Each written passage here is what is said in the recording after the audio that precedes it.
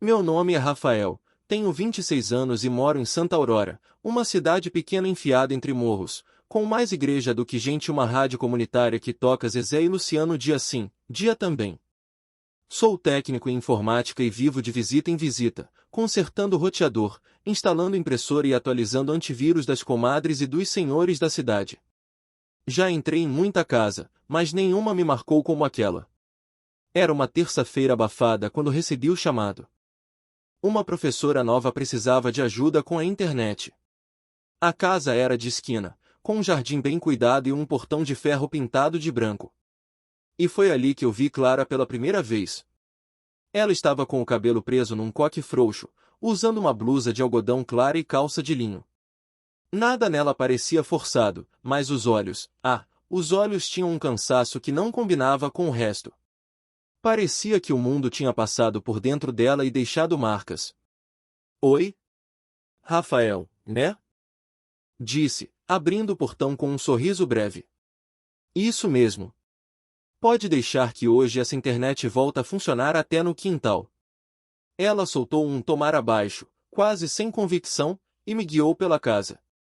Era tudo muito arrumado, mas dava para perceber que era recente. Caixas ainda encostadas nas paredes, livros empilhados no chão e quadros por pendurar. Cheguei faz pouco tempo, comentou, como se lesse meu pensamento. A mudança foi mais rápida do que eu imaginava. Instalei o notebook na bancada da cozinha e fui direto no roteador. Enquanto digitava comandos, ouvia o barulho dos passos dela andando pela sala. Um silêncio tímido preenchia o espaço entre nós, até que ela perguntou, do nada. Você é daqui mesmo? Sou. Nascido e criado. A senhora veio de onde?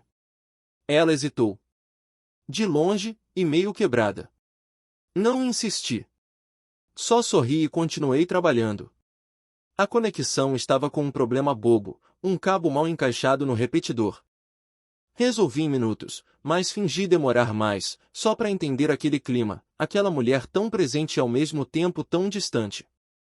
Enquanto testava o sinal, vi um porta-retrato virado ao contrário na estante. Ao lado, uma xícara de café esquecida, ainda pela metade. Tinha uma tristeza espalhada em detalhes. Uma tristeza discreta, educada, como ela. Pronto. Agora dá para assistir série até no chuveiro, se quiser. Ela riu. Um riso tímido, mas verdadeiro. Pela primeira vez, o rosto dela se abriu de um jeito que me fez esquecer por um instante onde eu estava. Que bom, obrigada, Rafael. Qualquer coisa, é só chamar, respondi, pegando minha mochila. E se tiver problema de novo, mesmo que seja no celular, pode contar comigo.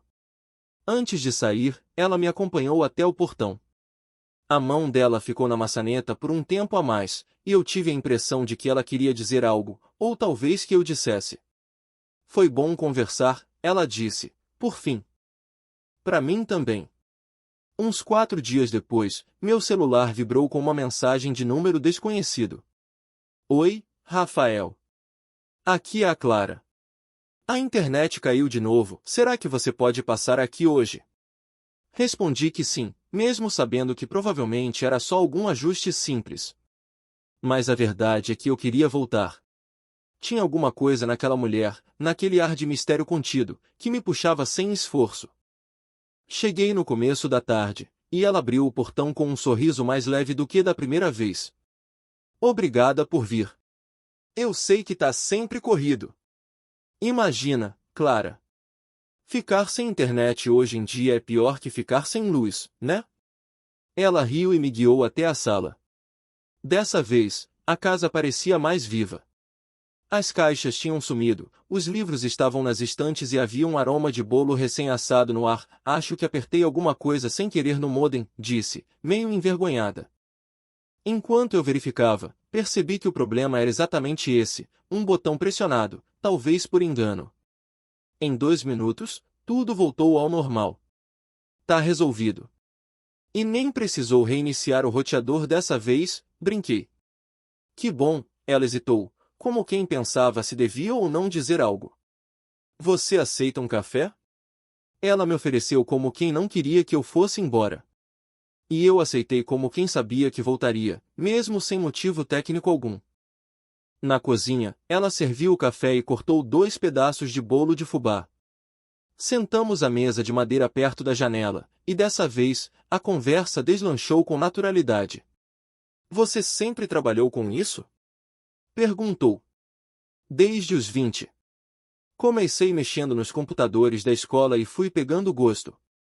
Hoje conheço quase todo mundo da cidade, e todo mundo me conhece. Ela sorriu, mas os olhos mantinham aquela sombra. Deve ser bom ter raízes. E você? Por que veio pra cá? Clara baixou o olhar e passou o dedo pela borda da xícara. Depois do meu divórcio, eu precisava recomeçar. Santa Aurora surgiu como uma chance de respirar. Aqui ninguém me conhece. Ninguém sabe da minha história. Ficamos em silêncio por um instante. Não um silêncio desconfortável, mas denso. Eu não tinha perguntas invasivas, e ela parecia grata por isso. Às vezes acho que tô velha demais para recomeçar.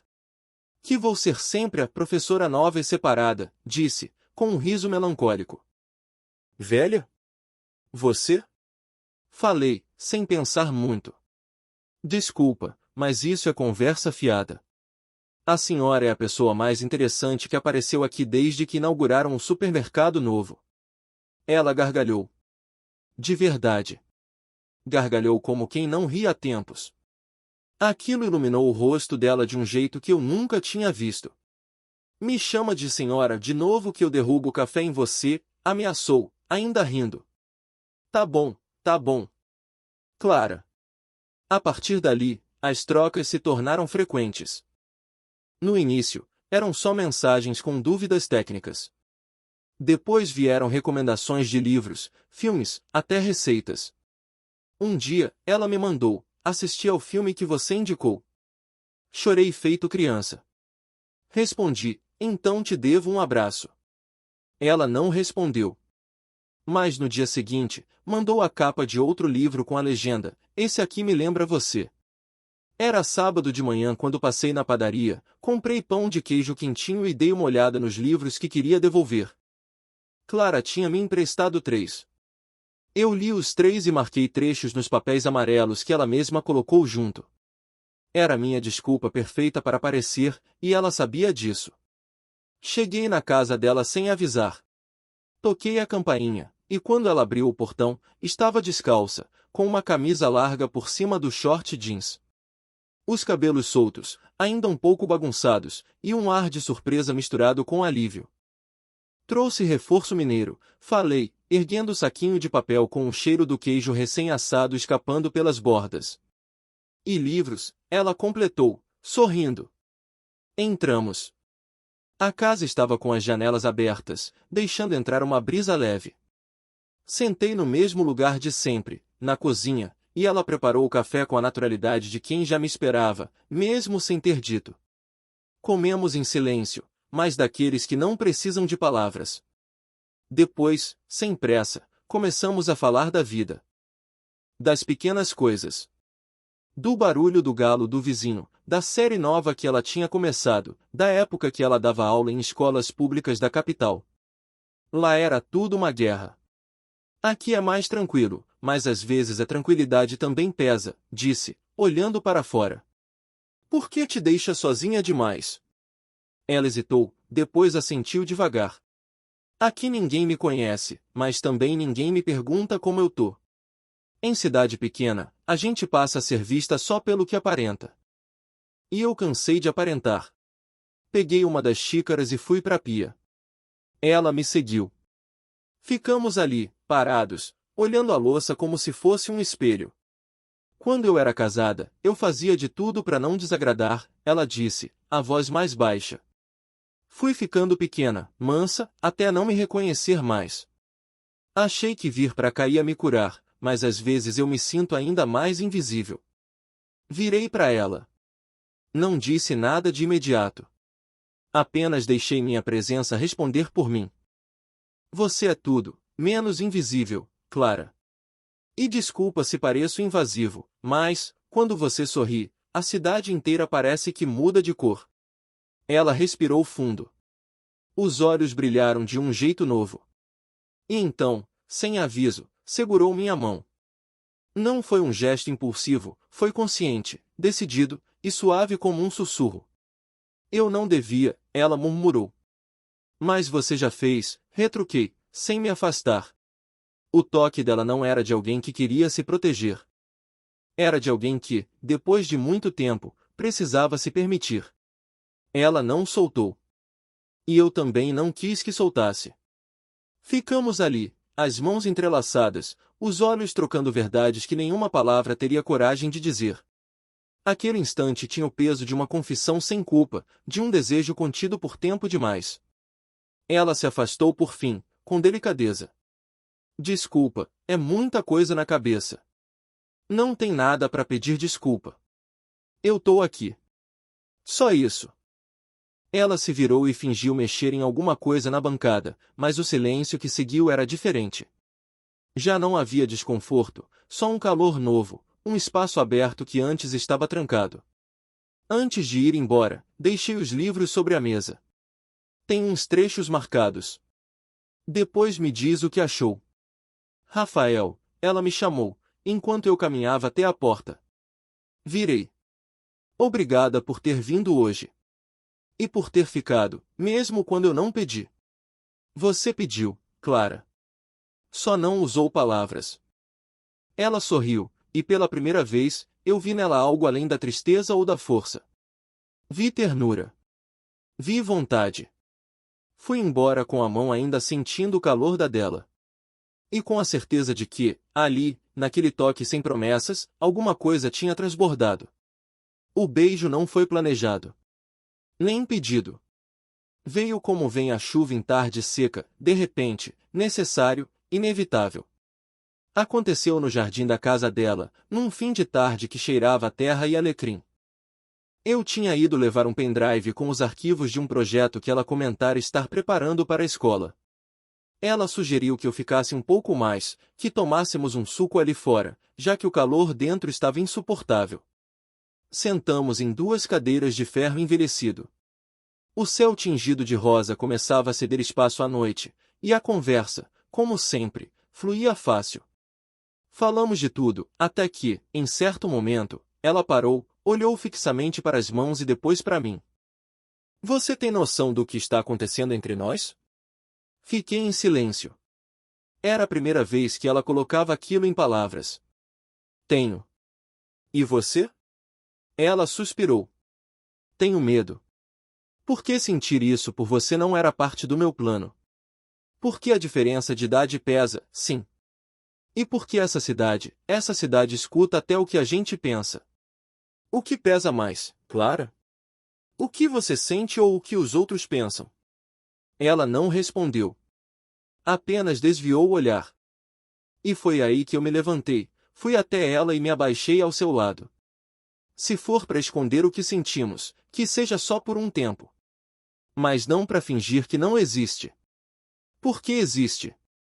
E você sabe. Ela levantou o rosto devagar.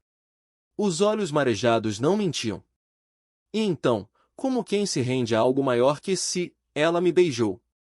Foi um beijo tenso, contido, como se ela quisesse e ao mesmo tempo tentasse se proteger do próprio desejo. Mas quando nossos lábios se afastaram, veio o silêncio. E com ele, a culpa. Eu não devia, ela murmurou, já se levantando. Isso tudo é uma confusão. Me desculpa, Rafael. Clara, não precisa. Eu preciso, sim. Eu preciso pensar. Isso é muito para mim. Ela entrou e fechou a porta devagar, deixando apenas a luz do corredor acesa. Fiquei no jardim por mais alguns segundos, tentando entender se aquilo tinha sido um começo ou um fim. Nos dias que se seguiram, mandei mensagens curtas. Ela visualizava, mas não respondia. Liguei uma vez. Ela atendeu, disse que estava ocupada e desligou rápido demais. Eu entendi. E esperei. Na quinta-feira à noite, ela mesma me chamou. Pode vir aqui? Não é sobre o computador. Fui. Ela estava sentada no sofá, de cabelo preso e uma blusa leve de listras azuis. Os olhos, cansados, mas firmes. Desculpa o jeito que eu me afastei. Eu só fiquei com medo. Eu ainda tô. Medo de mim? De mim mesma. Do que isso pode virar? Do que vão dizer? Sentei ao lado dela, mas mantive distância. Clara, eu não tô aqui por impulso. E muito menos para te expor. Eu gosto de você. E se tiver que esperar, eu espero. Mas não finge que não sente nada. Porque eu vi. Eu senti. Ela respirou fundo, os olhos marejando de novo. Eu sinto, Rafael. Mas a gente vive em mundos diferentes. Eu já passei por tanta coisa, você ainda tá começando. Talvez seja isso que nos aproxima. Você tem história, eu tenho fôlego. Pode dar certo. Ela sorriu de leve. Um sorriso triste, mas sincero. Me dá um tempo? Todo o tempo que você precisar. Mas não muito, porque eu tô aqui. E vou continuar. Depois de quase 2 semanas sem nenhum contato, recebi uma mensagem dela numa manhã nublada de quarta-feira. Preciso montar um projeto de leitura para a escola. Pode me ajudar com a parte digital? Respondi que sim antes de terminar de ler. Fui no mesmo dia, e quando cheguei, Clara estava mais contida, mas com um brilho diferente no olhar. Um brilho de quem tinha pensado, repensado e decidido seguir mesmo com o medo andando ao lado.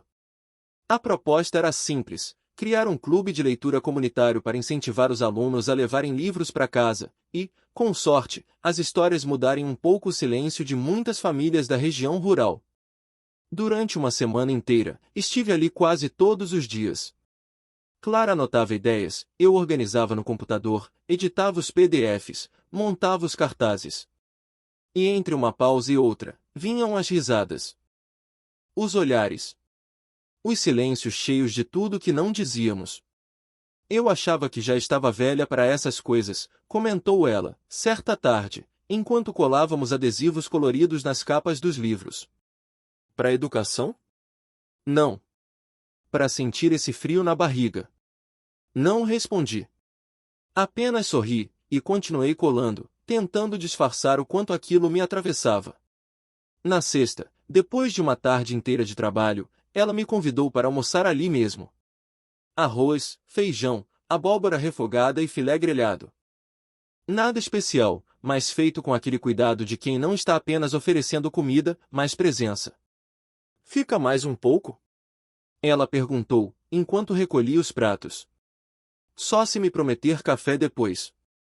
Ela riu. Ficamos na sala, com 2 xícaras fumegantes nas mãos. O rádio ligado bem baixinho, tocando alguma moda antiga.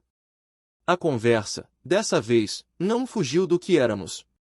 Ainda tenho medo, ela confessou, olhando pela janela. Mas quando você tá aqui, tudo parece mais simples. E quando eu não tô? Parece que inventei isso tudo. Então me deixa continuar aqui, para você não esquecer. Ela virou o rosto para mim. E sem dizer mais nada, encostou a xícara na mesinha e se aproximou devagar. O reencontro dos nossos corpos foi silencioso, mas cheio de sentido. Ela me tocou com delicadeza, como quem reconhece um território familiar. E eu a acolhi com a mesma calma de quem não tem pressa. Nada foi urgente.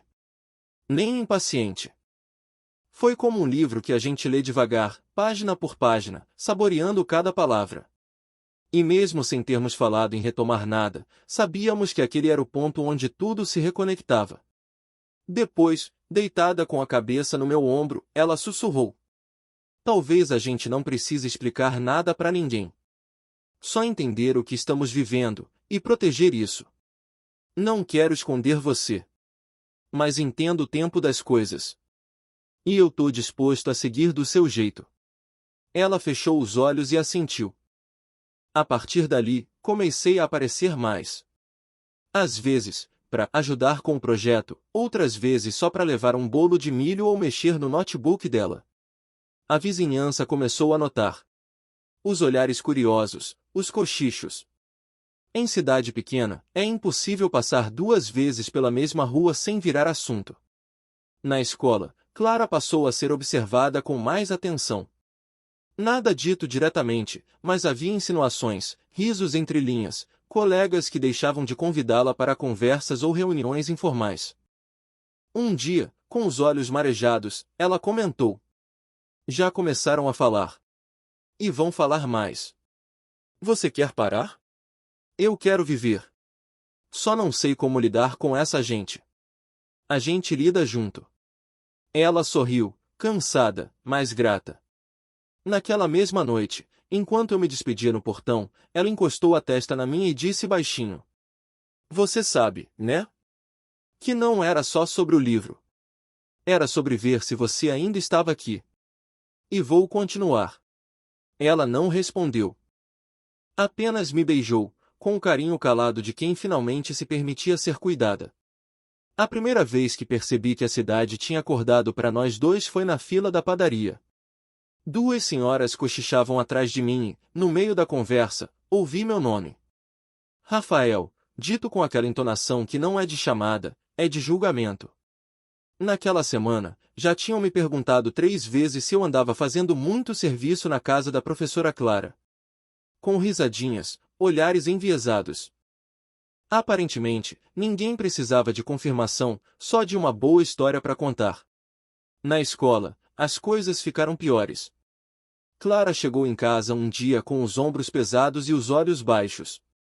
Me perguntaram, na reunião, se era apropriado eu receber visitas frequentes durante a semana, sendo uma referência para os alunos. Disseram isso? Sugeriram. Com aquele jeito passivo-agressivo que todo mundo por aqui domina. Ela sentou no sofá, tirou os sapatos e ficou em silêncio. Você quer parar? Perguntei, mesmo sem querer ouvir a resposta. Eu quero parar de ter que me justificar. Mas parece que, para mulher separada, tudo precisa ser explicado. E se for com um homem mais novo, então? Fiquei ali, em pé, sem saber o que dizer. Até que me aproximei e sentei ao lado dela. Eu não ligo pro que falam. Mas eu me importo com você. E se isso tá te machucando, a gente pode. Ela levantou a mão. Não. Não quero que você vá embora. A questão não é você. É o que eu ainda tô aprendendo a enfrentar. Ela respirou fundo e continuou. Uma parte minha acha que deveria abrir mão. Para não virar alvo, para não complicar. Mas outra parte quer gritar para o mundo que eu mereço isso sim. Que, pela primeira vez em anos, eu estou vivendo algo de verdade. Então, me diz com sinceridade. Você quer parar? Ela me olhou com os olhos marejados, mas firmes. Não. Então a gente segue. Nos dias que vieram depois, decidimos parar de esconder, mas sem nos exibir. Continuamos nos vendo, trocando mensagens, nos encontrando com mais cuidado. Mas não fingíamos mais. Na feira de sábado, passamos lado a lado por algumas barracas. Muita gente olhou. Alguns cumprimentaram, outros desviaram o olhar. Mas Clara caminhou com o queixo erguido. E quando pegou na minha mão, ali no meio da rua, soube que ela tinha escolhido por nós dois. Eu não quero viver me escondendo, disse, baixinho. Quem quiser julgar, que julgue. Quem quiser ir embora, que vá. Na escola, ela enfrentou as conversas tortas com serenidade. Disse a uma colega, certa vez: se me acharem menos profissional por viver minha vida fora daqui, o problema é mais de quem vê do que meu. E para minha surpresa, começaram a surgir aliados. A coordenadora da biblioteca, uma mulher discreta de quase 60 anos, se aproximou um dia e disse: eu nunca vi Clara tão leve. Continuem. Mas façam com sabedoria. Clara sorriu. Pela primeira vez, sem peso. Foi nessa época que decidi abrir meu próprio espaço, uma lojinha simples de conserto e consultoria de informática, bem no centro da cidade. Ela me incentivou desde o começo, ajudou a pensar no nome, no layout, até nos primeiros panfletos. É a sua cara esse lugar, comentou no dia da inauguração. Simples, útil e cheio de fio por todo lado. Você esqueceu de dizer organizado. Não exagere, ela riu. Com o tempo, a relação ganhou outros contornos. Ela passou a usar roupas mais soltas, brincos maiores, batons que antes deixava guardados. Eu havia se reencontrando com partes de si mesma que tinham ficado para trás. E, de algum jeito, aquilo também me transformava. Éramos uma dupla improvável. E por isso mesmo, verdadeira. Não tínhamos promessa de futuro nem certeza de estabilidade. Mas tínhamos coragem. A cidade não parou de falar. Mas parou de nos surpreender. E quando Clara me olhou certa noite e disse: "Eu tô ficando mais eu quando tô com você", eu soube que tudo valia a pena. Desde aquele dia na feira, tudo mudou. Não de forma escandalosa, mas o suficiente para que até os mais distraídos notassem. Clara já não escondia quando me olhava com carinho. E eu, por minha vez, fazia questão de tratá-la com o respeito e a ternura que ela merecia, mesmo com os olhos dos outros pesando nas costas. As críticas vieram, como era de se esperar. Comentários velados na escola, insinuações na fila do banco, olhares atravessados na igreja. Mas também vieram gestos inesperados de apoio. Um senhor da oficina me disse: "Você tá andando com aquela professora, né? Gente boa. Se faz bem pra você, não tem que dar satisfação." Foi como uma lufada de ar fresco no meio da poeira. Porque em Santa Aurora, qualquer novidade leva tempo para ser aceita, e às vezes, nem é Clara, mesmo sob pressão, se manteve firme. Começou a dar aulas com mais entusiasmo, resgatou projetos antigos, propôs oficinas de leitura para pais e alunos. Na última reunião pedagógica, chegou vestindo uma saia longa estampada e batom vinho. Entrou na sala com a cabeça erguida e um bom dia que ecoou como um manifesto. "Você tá diferente", comentou uma colega. "Estou mais eu", respondeu, simples assim. Enquanto isso, minha lojinha de informática começava a andar. Pequena, mas movimentada. Com a ajuda de Clara, criei um espaço organizado, com um balcão de atendimento, algumas prateleiras de equipamentos e uma estante com livros e revistas para quem esperava o concerto. "Achei que você ia se perder no meio dos fios, mas até que ficou bonito", ela brincou no dia em que levei o letreiro para instalar. Chamei o lugar de Aurora Tech. Ela sorriu quando viu a placa. "Você batizou com o nome da cidade ou o meu?" "Os dois", respondi, meio rindo, meio sério. Os dias seguiram, e com eles, um novo ritmo. Clara e eu começamos a viver uma rotina discreta, mas constante. Almoços rápidos, cafés depois da aula, encontros no fim da tarde. Sem alardes, sem promessas espalhafatosas. Só o que era possível. Só o que era verdadeiro. Um dia, ela chegou na loja com um vasinho de manjericão para colocar na janela. Dizem que espanta mais energias. E atrai boas companhias? Se regar direitinho, sim. Plantei o vaso ali, do lado direito, onde bate o sol da manhã. E ele virou símbolo silencioso de tudo que estávamos tentando cultivar. Claro que nem tudo era leve. Teve o dia em que ela encontrou um bilhete anônimo deixado no portão. "Você devia ter vergonha." Clara chorou em silêncio naquela noite, sentada na beira da cama, os ombros curvados. Eu tentei não me abalar, mas, às vezes parece que tô lutando contra um muro que nunca quebra. Me sentei ao lado dela e segurei suas mãos. "Esse muro existe, mas você já passou por ele. Você tá aqui. A gente tá." Ela olhou para mim como quem queria acreditar. E naquele olhar cansado, eu vi força. Uma força que ela nem sempre percebia, mas que me fazia admirá-la cada vez mais. Passamos a ir juntos à feira. Nada de mãos dadas o tempo todo, mas também sem evitar cruzar olhares. Ela comprava temperos enquanto eu buscava queijo fresco. Às vezes, parávamos para conversar com conhecidos. E quando alguma frase maldosa surgia, ela apenas sorria com elegância. "O silêncio, às vezes, é o melhor escudo", disse um dia. Mas eu sabia que não era só silêncio que a protegia. Era a decisão firme de viver sem pedir licença. No fim daquele mês, ela apareceu em casa com uma caixa de sapatos nas mãos. Encontrei isso guardado. Achei que você devia ver. Dentro, havia fotos antigas, cartas não enviadas, rabiscos de poemas escritos em papéis amarelados.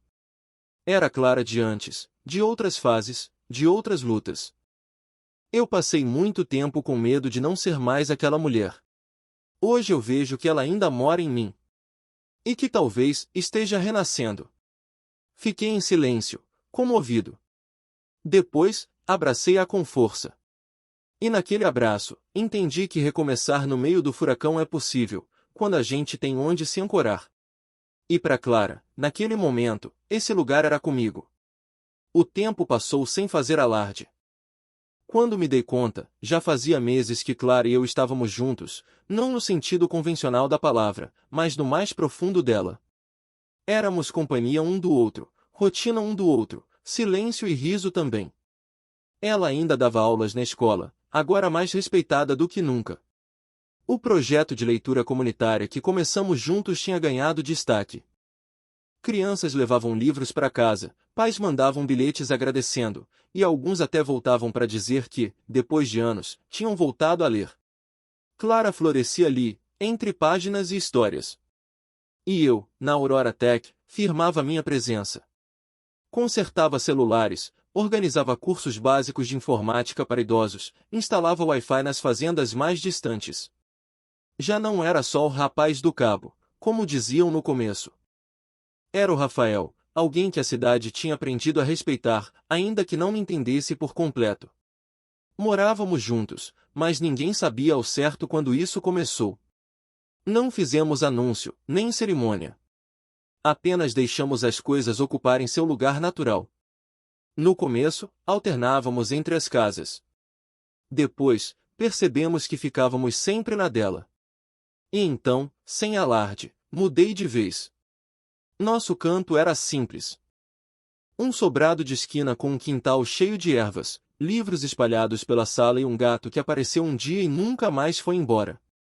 Chamamos ele de Miúdo. Tínhamos nossa rotina. Café passado na hora, pão na chapa, Clara lendo o jornal no celular enquanto eu respondia mensagens de clientes.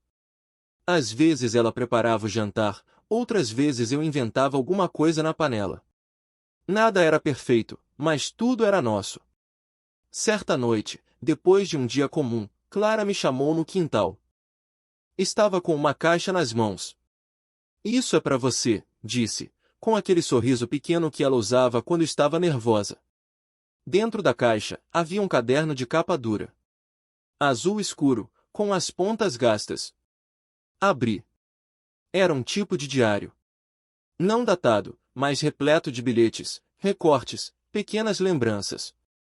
Fotos nossas reveladas no estilo antigo, frases que eu havia dito e ela anotou sem que eu soubesse, desenhos simples, rabiscos de manhãs preguiçosas. Eu comecei a escrever quando percebi que essa história era diferente de tudo que já vivi. No começo, era só para mim. Um jeito de entender o que sentia. Mas agora eu quero que seja nosso. Fiquei em silêncio, tocando cada página como se fosse frágil demais para existir. No fundo da caixa, um envelope. Essa era a história que eu não tive coragem de viver antes. Agora ela está escrita com você. Fechei os olhos por um instante. E quando os abri, ela estava ali, me olhando como quem enfim entendia tudo. Que amor não é juventude, nem segurança, nem aceitação alheia. É presença. É constância. É decisão. Você tem certeza? Perguntei, quase num sussurro. Tenho. Porque agora eu não tô me escolhendo apesar de você. Tô me escolhendo com você. Abracei-a, forte, inteiro. Com a mesma intensidade de todos os silêncios que atravessamos até ali. Naquela noite, jantamos no quintal. Mesa simples, luz baixa, miúdo enrolado no canto. Tínhamos arroz, frango ensopado, vinho barato e riso leve. Clara vestia uma camisola de algodão azul. E por um instante, ali sob o céu de Santa Aurora, ela parecia menina e mulher ao mesmo tempo. Alguém que havia sido ferida, mas não quebrada. Alguém que ousou recomeçar, e dessa vez, não mais sozinha. Ouvimos o rádio tocar uma canção antiga. Ela se levantou, estendeu a mão e me chamou para dançar. No compasso lento da música, rodamos em silêncio. E foi naquele abraço apertado, entre o som abafado do rádio e o cheiro de manjericão que vinha da janela, que entendi: o amor que fica não é o que desafia o tempo. É o que aprende a caminhar com ele. Ela encostou a cabeça no meu peito, e antes de fechar os olhos, sussurrou: obrigada por não ter ido embora. Eu sorri. Obrigado por ter ficado.